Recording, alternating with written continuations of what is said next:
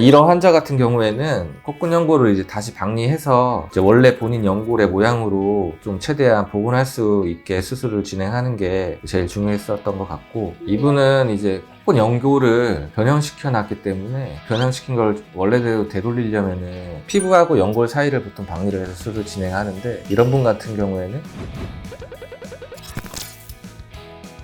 안녕하세요. 처음처럼 성형외과 이방석 원장입니다. 이 환자분은 이제 30대 여성분이신데 10몇 년 전에 처음 수술을 하셨고, 그때는 정확히 이제 무슨 수술을 하셨는지 기억을 잘 못 하시더라고요. 그리고 7년 전에 실리콘과 이제 귀연골을 사용을 해서 수술을 하셨는데, 사진에서 보시면 알겠지만은 이게 비주가 좀 많이 내려와 있고 콧볼 쪽이 찝힌 이제 현상이죠. 찝힌 코라고 많이 하는데 역 W자 모양으로 딱 보고 있어서 코 모양 자체가 보면은 약간은 뭐 합병증이 생긴 그런 코 느낌으로 보이죠. 뭐 연골의 배치나 아니면은 그런 거에 문제로 보이고, 딱 지금 뭐 염증이나 이런 거 그런 구축이 온 상태는 아닌 거라서 수술을 진행하기로 했습니다. 이분도 이전 수술에서 비중격을 사용하지 않아서 이제 비중격을 이용해서, 이분이 기본적으로 이제 코가 약간 짧은 느낌이 있기 때문에 비중격 연장술을 통해서 코를 좀 길게 해주면서 이제 수술을 진행하기로 했고, 이분 코 수술에서 제일 중요한 게 이 찝힌 코를 교정을 하는 거거든요. 찝힌 코 플러스 이 비주가 내려와 있는 거. 비주가 내려옴으로써 이 찝힌 코가 더 심해 보이기도 하거든요. 그래서 비주와 그 찝힌 코를 교정을 하기 위해서, 우리가 요즘 들어보셨는지 모르겠지만 찝힌 코를 교정하는 방법이 이제 비공 내리기라는 그런 수술 방법이 있는데, 콧근 연골 부위가 보통 약해져 있거나 아니면은 좀 많이 모아져 있을 때 이 찝힌 코 느낌이 생기게 되는데, 콧근 연골을 보강하는, 귀연골을 통해서 보강하는 방식으로 수술을 진행을 하기로 했습니다.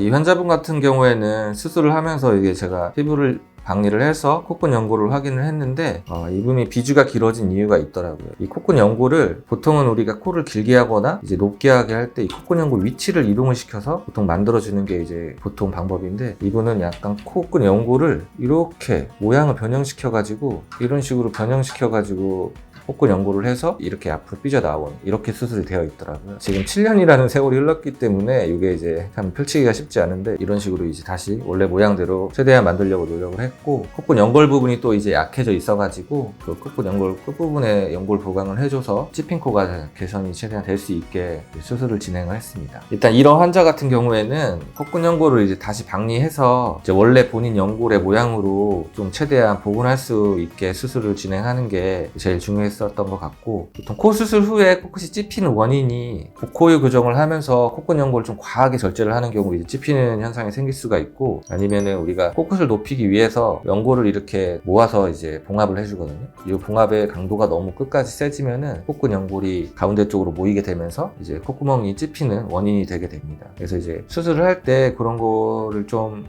예측을 해서 이제 적당한 선에서 그걸 수술을 진행을 하는 게 이제 코가 찝히는 거를 막을 수 있는 그런 방법인 것 같습니다. 그래서 이렇게 변형이 좀 많이 심하게 된 경우에는 아무리 잘 해도 이제 100% 다시 원래 상태로 돌아가는 게 쉽지가 않기 때문에, 이렇게 변형이 많이 오지 않게 수술을 하기 위해서 이제 의사 선생님들이 노력을 하는 게 좋을 것 같고, 저도 최대한 이제 코끝 연골을 저는 웬만하면 뭐 잘라내거나 변형시키진 않거든요. 보통 코끝이 짧은 코라든지 긴 코라든지 뭐 낮은 코라든지 이런 게 다 코끝 연골의 위치를 변형시켜 줌으로써 교정이 가능한 거거든요. 그래서 지금 뭐 개인적으로 생각했을 때 코 수술했을 때 제일 중요한 게 콧근 연골을 좀 자유롭게 움직일 수 있게, 잘 움직일 수 있게 박리를 해주는 게 코 재수술이나 뭐 코 수술할 때 제일 중요한 게 아닌가 싶습니다.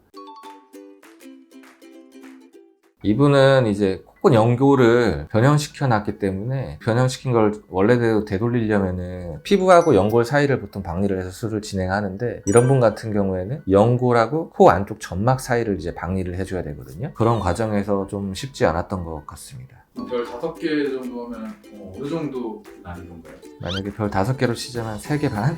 그 정도? 이분도 이제 뭐 제일 중요했던 게 비주랑 콧구멍이었으니까, 그게 이제 물론 100% 교정이 되지는 않았지만은 제가 봤을 때는 뭐 돌아다니는데 별 문제는 없지 않나 이런 생각이 들었고, 환자분도 많이 만족하고, 제가 한 2개월 정도 이후로 이제 뵙지를 못하고 있는데 별 문제가 없으니까 병원 안 오시는 게 아닐까요? 만족하고 계시리라고 생각합니다.